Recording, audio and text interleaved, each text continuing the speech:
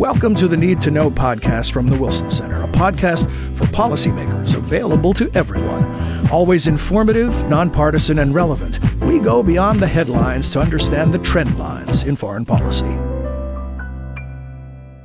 Welcome back to another episode of Need to Know. I'm your host, John Milewski. Need to Know is a podcast produced by the Woodrow Wilson International Center for Scholars. The center is congressionally chartered, scholarship-driven, and fiercely nonpartisan. Need to Know is a podcast for policymakers available to everyone. Well, it was just last week that NATO leaders from around the world gathered in Washington, D.C. to mark the 75th anniversary of the alliance. With fast-moving developments related to the upcoming U.S. election dominating headlines, it would be easy to forget the significance of the NATO summit, but we're not going to do that. Instead, we've invited the chair of the Wilson Center's Global Europe program, Philip Reeker, to help us debrief the summit. Among the numerous diplomatic positions, Ambassador Reeker served as Charge d'Affaires at the U.S. Embassy in the U.K., also was acting Assistant Secretary of State for Europe and Eurasia, and now is a partner and lead of the Europe and Eurasia practice at Albright Stonebridge Group. Phil, welcome. Thank you for joining us. Thank you, John. Pleasure to be back with you. So, let's start with the headline, I suppose. When you look back at the summit, what do you think was the most significant takeaway? Well, obviously, it was significant that we have now marked 75 years since the signing of the Treaty of Washington in the same hall where we celebrated last week. That is the Mellon Auditorium on Constitution Avenue, where not just 12 leaders who originally signed the North Atlantic Treaty document, we had 32 leaders, 32 allies who now make up what is arguably the most successful defensive alliance in history, an alliance that has prevented wide-scale conflict and war on the European continent in a space that had never gone longer than some period of decades without large conflagrations. And we learned that in the first half of the 21st century, of course, with World War I and then World War II, essentially destroying most of the continent. Europeans and we, their allies, the United States, that had been drawn into this war, in particularly World War II, defeating fascism, were determined not to see that happen again. And with the specter of what was then Soviet, Stalinist, authoritarian and communist rule beginning to dominate and move potentially westward, the 12 allies came together and declared through Article 5 of the North Atlantic Treaty that an attack on one would be an attack on all of them. And that concept, of course, kept us through the Cold War period largely at peace. The post-Cold War, of course, we had great hopes. That included expanding the alliance to those countries that chose their own sovereign decision to join with us, to again, take advantage of that solidarity, that defensive position, which provided opportunities for stability and ultimately an unprecedented level of prosperity. So that's a long answer to saying that is the big takeaway, 75 years, and we're reminded of just how important in today's world, with Vladimir Putin attacking Ukraine in an illegal, unprovoked war. His reasons for it have changed over time. His narrative has evolved, but his brutality has continued and does so to this day. And so we're reminded of the need for this kind of alliance where we need to work together to protect our freedoms, our democracies, and certainly our economies. And these are the choices that our people have made. The alliance, I think, has shown tremendous resilience and great unity at this 75th anniversary summit. We focused on deterrence and defense, the collective defense, and, of course, on Ukraine itself, and a lot of assistance to Ukraine, which was agreed to stick with the Ukrainians, to help them as they fight against Putin's continued onslaught. Did it matter more than symbolically that President Zelensky was there, an aspiring member of NATO? No, I think it was very important that Zelensky was there, and of course Ukraine did not get an invitation to membership, something that they've made very clear they want, and many others want to see that happen. But NATO operates on consensus, and there was no consensus yet that it was time for an actual invitation. However, there was clear reinforcement of the idea that Ukraine will become a member of NATO, that its path to NATO membership is irreversible, a word that was included in the communique. Allies talked about building a bridge, a very solid, short bridge to membership, providing a package of support that, while not meeting the Ukrainians' ambition for actual membership, an invitation, is providing them commitments to continue to support Ukraine, because by defending Ukraine, their efforts to defend and then ultimately to be victorious over these invading forces from Russia, we're defending our own principles as well.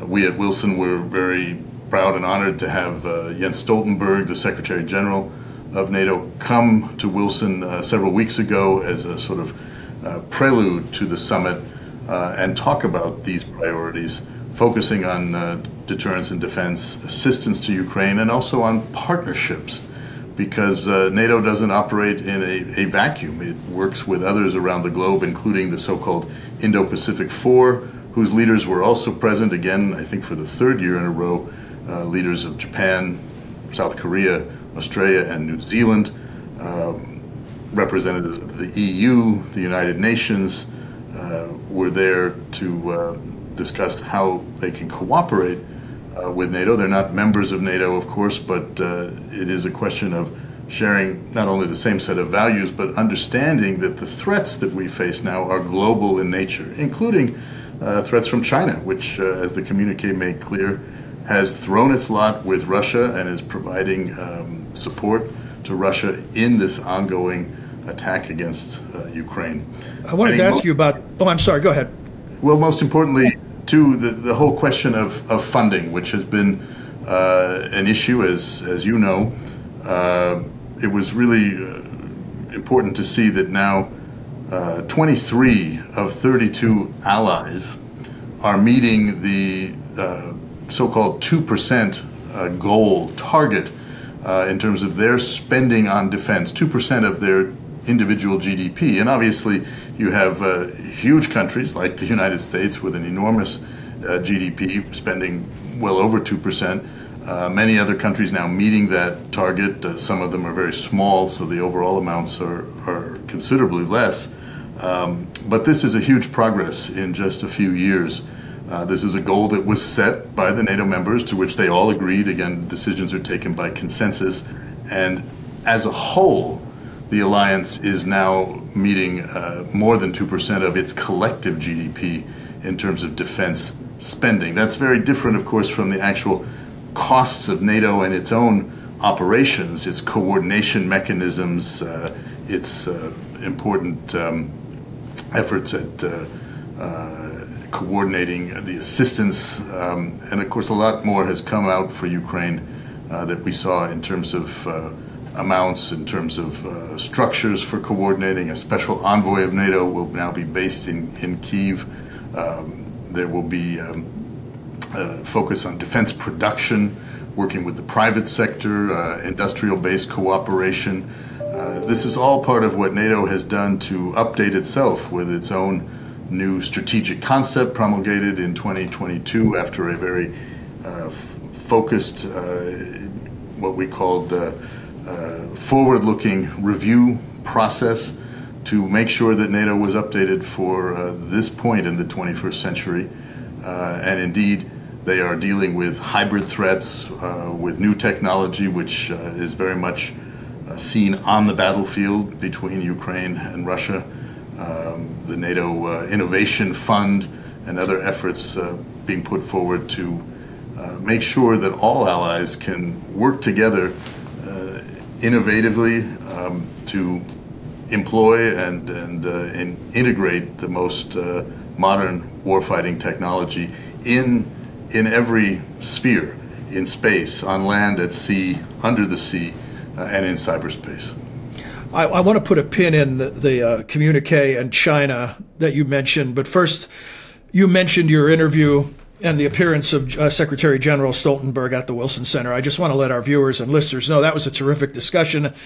And you can find that on the website. If you come to Wilson Center and you look at the programs tab at the top of the page, you'll see the Global Europe program. If you click that and look at past events, you'll see the prepared remarks from Secretary General Stoltenberg. And then he sat down with Ambassador Reeker and had a discussion. All of that is available to you, and I'd highly recommend it. Back to the communique. They use the term decisive enabler in describing China, a decisive enabler of Russia. And a lot of the rhetoric was just sharper than it has been in relation to China. Does this is this portend a new mission focus for NATO? Well, as I mentioned, in the new strategic concept from 2022, China is referred to as a challenge to NATO because it presents global challenges to things that are of interest to the alliance. The language on China in this communique is particularly strong, as you put it, decisive enabler of Russia in Ukraine. That is a threat. So what is a challenge? What is a threat? I think it's important to note those words and just make very clear, because the evidence is right before us all of what China is doing in terms of supporting this. I think the United States and other allies have been very clear in expressing our concerns to China. The administration has made sure to try to keep channels of communication open. The president talking to Chinese President Xi, Secretary of State Blinken visiting Beijing, to just make very clear in diplomatic terms where our concerns are and that there are repercussions of this to our broader relationship. So I think that's an important takeaway from this, that we've got to be reminded of just why that new strategic concept includes threats like China and includes domains like space, undersea, and other efforts that we've got to consider in terms of the challenges we face. So for 10 years, Mr. Stoltenberg has delivered effective leadership for the organization and politically deft leadership. His ability to master the politics of all of the nations that are involved is really impressive, because there's a lot of eggshells to walk on from time to time. He'll be stepping down in the fall, and Prime Minister Rutte will be taking the helm. What do you expect in terms of that transition, and what can we expect from the new leadership? Well, let me just stress again, as you said, John, I think Jens Stoltenberg has been an extraordinary Secretary General. He's shown great leadership. He's a statesman, as former Prime Minister of Norway, an important founding ally in NATO. And he got us through some rough times. In my role as Assistant Secretary for Europe, I worked with him and his team both under Secretary Pompeo in the Trump administration and again under Secretary Blinken in the Biden administration. But I watched him from afar when I was also at European Command, working under General Scaparrotti, who was then the Supreme Allied Commander on the military side of NATO, wearing his dual hats. Just terrific leadership, and he very much deserved the Presidential Medal of Freedom, which he was awarded, the highest civilian award that this country bestows. And I think we all were quite moved to see President Biden hang that medal around the neck of Secretary General Stoltenberg. Prime Minister Rutte, former Prime Minister of the Netherlands, again a founding member of the alliance, I think is a strong politician, a strong leader. There was consensus clearly in selecting him as the successor to Jens Stoltenberg, who had been asked to stay on several times past his original mandate. I think we'll see continuity. NATO is really at its most unified that I've seen it in a long time, understanding its reason. It can see that with what Putin is doing and the other threats that are out there, including things like disinformation and misinformation, which are designed to undermine the very democracies in the 32 allied countries. This is something collectively we can do much better together. As President Biden has said, we need to have allies, we need to have partners. We may have disagreements occasionally on how to approach. That's a sign of a healthy organization, and right now I think we see the alliance well unified coming out of this summit, continuing to support Ukraine on its own path to NATO membership, but also, most importantly right now, in its defending itself against Russia with new Patriot systems, 7 Patriot systems that are being put forward, additional air defense for Ukraine, part of a coherent strategy that includes training and maintenance. The tempo of production is an area we still have to work on, and I suspect Secretary General Rutte, as he comes in, will continue to keep that high on his list of to-do items. That is, working with the private sector to make sure that collectively NATO allies are producing the equipment, the ammunition, the technology, and innovating in order to keep the alliance on the cutting edge of defense. It is a defensive alliance. That cannot be underscored often enough, as much as Putin and others try to do that, try to suggest otherwise. NATO has not threatened Russia in any way. Indeed, it is Russia's actions, Putin's actions, that made countries like Finland and Sweden, the 2 newest allies, reverse course. They were great partners to the alliance, but had not expressed a desire to become actual members of the alliance, allies. Putin's actions showed them that they had real concerns, truly existential concerns, if you watch what's happening in Ukraine. And they moved quickly with the support not only of their governments, but through democratic referenda, the support of their peoples. First Finland and then Sweden becoming the 32nd member. So all of this, I think, is a reminder of what 75 years mean, what we were celebrating in a sense at the summit, and yet what we have to think about for the future. And this alliance was critical to getting not just the United States but the West through the Cold War and the threats from the Soviet bloc. There were countries in the Warsaw Pact, of course, who didn't necessarily want to be there, and when those countries were cut free from Soviet domination, they chose, in their own sovereign terms, to look to the West to join NATO, and for most of them, or many of them anyway, the European Union as well, where they can focus on larger markets and reforms to solidify their strength and resilience in other sectors as well. We're short on time, but I do want to squeeze in one more question, if I can, Phil. And that is, in my introduction, you hear me talk about those 3 pillars of the Wilson Center, the last being fiercely nonpartisan, and we're dead serious about that. But that doesn't mean we live in a vacuum, right? And it is an election year, and NATO allies are looking at our election. They walked into town where people from his own party were urging President Biden to get out of the race. Now they're looking at headlines and seeing the assassination attempt on former President Trump. How concerned are NATO members about the stability of the United States as the key member? I think it's a fair question, and I've gotten a lot of calls over many months about the course of our politics. And of course, with these horrific events over the weekend, that attempted assassination, grave concerns. What is happening in the United States? What about our own security at home?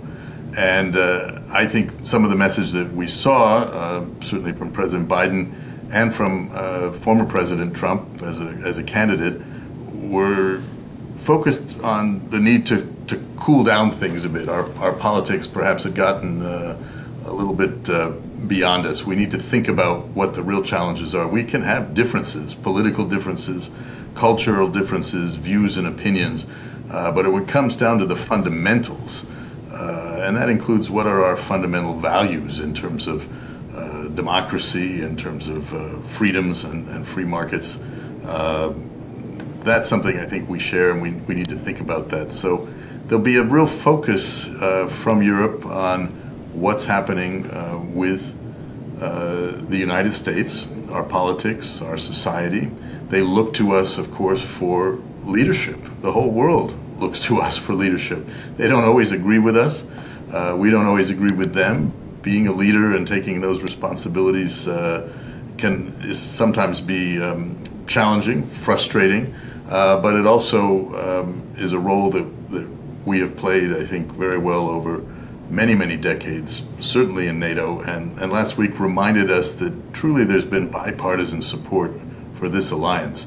There may be things that need to be focused on in the alliance, how to improve it, how to make sure that others are paying for defense that they've actually agreed to do. And as I mentioned, we've made huge progress on that. Things don't happen overnight. Sometimes it's a question of tone, specific language and approach, but I think NATO has demonstrated that in this day and age, it is adaptable, it is dealing with the new challenges, particularly these hybrid threats, and our support, our leadership in the alliance will be met by ever greater support from the other 31 allies and the partnerships, both near and far, including in Asia, that will be critical in the decades ahead. Well, thanks again, Phil, for your insights. 75 years and counting, and the challenges are new and great, but the alliance is holding strong. Thanks for your time. And as I mentioned earlier, for those interested in learning more about Phil's work and his colleagues in the Global Europe program, you can visit wilsoncenter.org, and ongoing terrific work from Phil and his colleagues. We'll be back with always happy to meet with congressional colleagues and others who follow our programs, and to tailor our analysis and advice as it's needed. Important point. Thank you. Standing by to take your call, members of Congress. Take us up on it. We'll be back with another episode of Need to Know soon. Until then, for all of us at the Center, I'm John Milewski. Thanks for your time and interest.